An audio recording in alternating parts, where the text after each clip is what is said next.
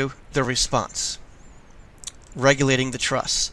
The first one being 1877, Munn versus Illinois, 1886, Wabash, St. Louis and Pacific Railroad Company versus Illinois, 1887, the Commerce Act, which creates the Interstate Commerce Commission, 1890, the Sherman Antitrust Act, and 1895, a Supreme Court case, U.S. versus E.C. Knight Company.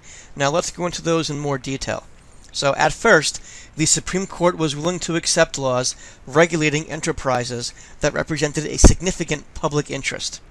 In Munn versus Illinois, an 1877 decision, the Supreme Court upheld the constitutionality of an Illinois law that established a state board empowered to eliminate railroad rate discrimination and set maximum charges.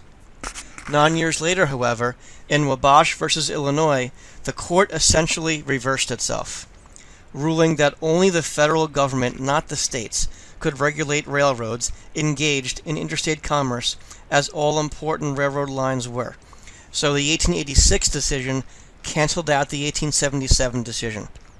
In other words, Illinois was successful in regulating the railroads, making sure they charged reasonable prices, but the Wabash case sort of overturned it, and the national government, the Supreme Court, said only we can regulate interstate commerce. So this 1886 decision, led directly to the passage of the Interstate Commerce Act of 1887. The creation of the Commerce Commission was the result of widespread and long-standing anti-railroad agitation. Western farmers, specifically those of the Grange movement, were the dominant force behind the unrest. But Westerners generally, especially those in rural areas, believed that the railroads possessed economic power that they systematically abused, and they did. A central issue was rate discrimination between similarly situated customers and communities. Other potent issues included alleged attempts by railroads to obtain influence over city and state governments and the widespread practice of granting free transportation in the form of yearly passes to opinion leaders. And by opinion leaders, I mean elected officials, newspaper editors, ministers, and so on. So here's what people were angry at. Railroads were charging immense prices. They were getting together and they were fixing the prices. Not only that, because of their immense wealth, they were gaining immense influence within government. And they were using kickbacks, free transportation, in part, to get this influence. So in the end, the Interstate Commerce Commission, created by the act of the same name, was intended to ensure that the railroads didn't charge farmers exploitative rates to ship their produce. But on virtually every occasion, when cases brought by the Interstate Commerce Commission against railroads made their way to the Supreme Court, the railroad company emerged victorious. The courts generally sided with business enterprises that complained of a loss of economic freedom, so it was ineffective. So now we get to 1890, the Sherman Antitrust Act. It was the first measure enacted by the U.S. Congress to at least attempt to prohibit trusts or monopolies of any type. Although several states had previously enacted similar laws, they were limited to intrastate commerce within the state. The Sherman Antitrust Act, in contrast, was based on the constitutional power of Congress to regulate interstate commerce. It was passed by an overwhelming vote of 51-1 in the Senate and a unanimous vote of 242-0 in the House, and it was signed into law by President Benjamin Harrison. In 1890, the U.S. Congress enacted this Sherman Antitrust Act, and it was an attempt to curb concentrations of economic power that significantly reduced competition between businesses. One of its two main provisions outlawed all trade combinations or agreements that severely restricted trade between states or with foreign powers. The second part of this act outlawed any attempts to monopolize trade within the United States. So in 1885, the New York Court of Appeals invalidated a state law that prohibited the manufacture of cigars in tenement dwellings on the grounds that such legislation deprived the worker of the liberty to work, quote, where he will. Although women still lacked political rights, they were increasingly understood to possess the same economic liberty, defined in this way, as men. On the grounds that it violated women's freedom, the Illinois Supreme Court in 1895 declared unconstitutional a state law that outlawed the production of garments in sweatshops and established a 48-hour workweek for women and children. In the same year, in the U.S. versus E.C. Knight Company, the 1895 case, the U.S. Supreme Court ruled that the Sherman Antitrust Act of 1890, which barred combinations in restraint of trade, could not be used to break up a sugar refining monopoly, since the Constitution empowered Congress to regulate commerce but not manufacturing. Their unwillingness to allow regulation of the economy, however, did not prevent courts from acting to impede labor organization. The Sherman Antitrust Act, intended to prevent business mergers that stifled competition, was used by judges, ironically and tragically, to issue injunctions prohibiting strikes on the grounds that they illegally interfered with the freedom of trade. So, in a nutshell, the Sherman Antitrust Act was defanged.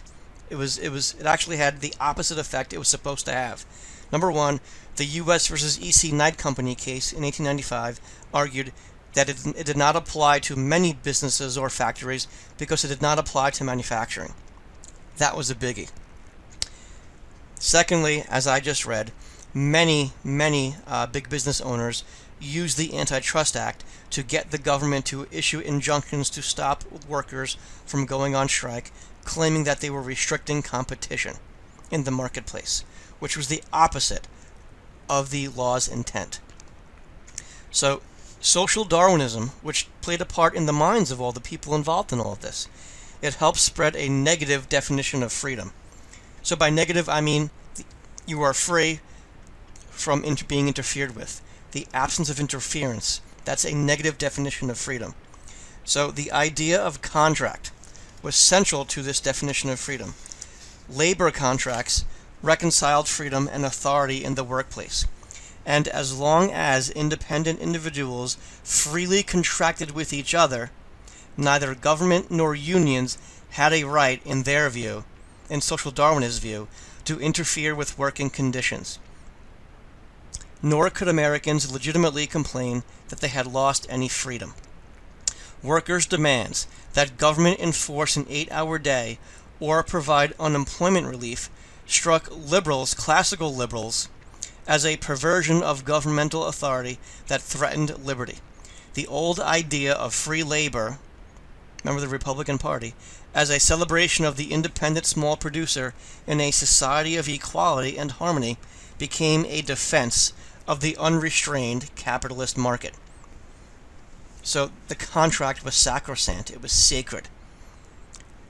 The human being, in the eyes of the social Darwinists, in the eyes of the laissez-faire economists, the individual had to have the right to contract. And nothing was more sacrosanct than the contract. Unions couldn't hinder it. Government could not hinder it.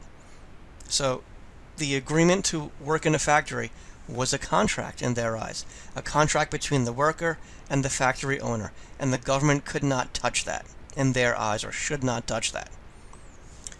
The courts played an important role in making liberty a contract, essential to ruling definitions of freedom. The 14th Amendment allowed the federal government to overturn state laws that violated citizens' rights. By the 1880s, liberty of contract, not equality before the law regardless of race, came to define the meaning of this amendment. So, this ideology hijacked the 14th Amendment. State and federal courts regularly struck down state laws that regulated business, such as maximum hour laws, as an illegal interference with the rights of employers to use their property as they saw fit, and the rights of employees to choose the condition of their work. So it was ironically, even though those types of laws, maximum hour laws, were seen as protecting the workers, social Darwinists interpreted it as limiting their freedom. They should be free to decide where they want to work. Initially, the Supreme Court accepted laws regulating firms that represented a public interest, such as railroads. But the Supreme Court reversed itself, leading to the formation of the Interstate Commerce Committee, which lost many of its cases when they were taken to the court. The courts generally favored businesses whenever they complained of a loss of economic freedom. They struck down laws granting workers' rights, and they limited the reach of the Sherman Antitrust Act, as we discussed.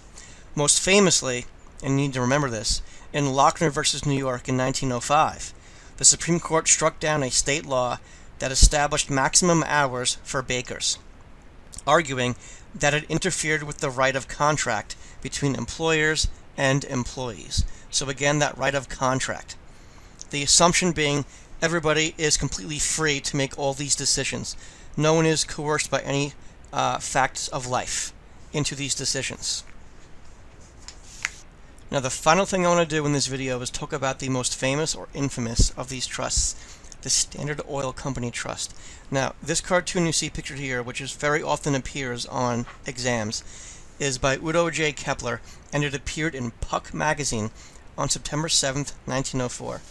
Now, you see a Standard Oil storage tank as an octopus with tentacles wrapped around the steel, the copper, and shipping industries, a state house, the U.S. Capitol, and has one tentacle reached for the White House. Its caption reads, "Next." So, the most infamous of the trusts was, by far, the Standard Oil Trust, which was formed in January 1882. At that time, Standard Oil and its affiliates controlled more than 90% of the oil refining capacity and most of the oil marketing facilities in the United States. Trusts were also established in numerous other industries, some of the largest of which were sugar, tobacco, railroads, steel, and meatpacking. The idea of the trust was conceived by Samuel Dodd, an attorney for Standard Oil. In the case of this particular company, a board of trustees was set up and it was given control of all of the Standard Oil properties. Every stockholder received 20 trust certificates for each share of Standard Oil stock. All profits from the component companies were sent to 9 trustees who set the dividends or the profits. The 9 trustees also selected the directors and officers of all the component companies. This allowed Standard Oil to function as a monopoly.